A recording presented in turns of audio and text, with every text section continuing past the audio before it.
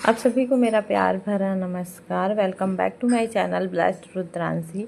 जैसा कि आप सभी जानते हो 24 अप्रैल वाराणसी एकादशी है। तो आज वाराणसी एकादशी का महत्ता, व्रत कथा, महिमा, दान पुण्य सब सुनते हैं।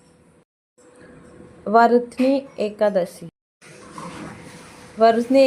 व्रत कथा। बैसाख मास के कृष्ण पक्ष की एकादशी वाराणसी एकादशी के नाम से जानी जाती है। यह व्रत सुख सौभाग्य का प्रतीक है। वाराणसी एकादशी करने वाले व्यक्ति को खास तौर पर उस दिन दातुन का प्रयोग करना चाहिए।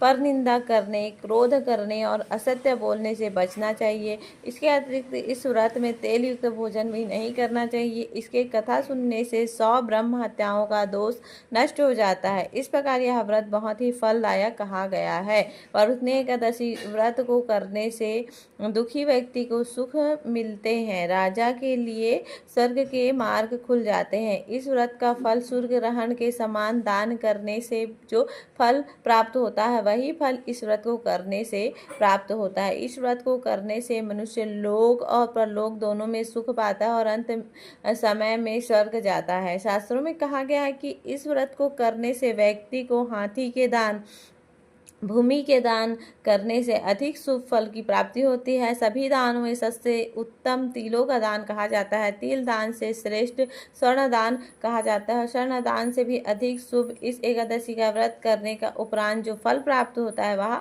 कहा गया है। प्राचीन काल में नर्मदा तट पर मंधवत नामक एक राजा राय सुख भोग रहा था। राजकोष करते हुए वह अत्यंत दानशील और तपस्वी था। एक दिन जब वह तपस्या कर रहा था उसी समय एक जंगली भालू आकर उसका पैर चबाने लगा। थोड़ी देर बाद वह राजा को घसीट कर वन में ले गया। तब राजा ने घबरा कर तपस्या धर्म के अनुकूल क्रोध न करके भगवान श्री विष्णु से प्रार्थना की कि भक्त जनों की बात शीघ्र सुनने वाले श्री विष्णु वहां प्रकट हुए तथा भालू को चक्र से मार डाला। राजा का पैर भालू खा चुका था। इससे राजा बहुत ही शोकाकुल था। विष्णु जी ने उसको दुखी देखकर कहा, हे वत्स, मथुरा में जाकर तुम मेरे वराह अवतार मूर्ति की पूजा वाराणसी एकादशी का व्रत करके करो।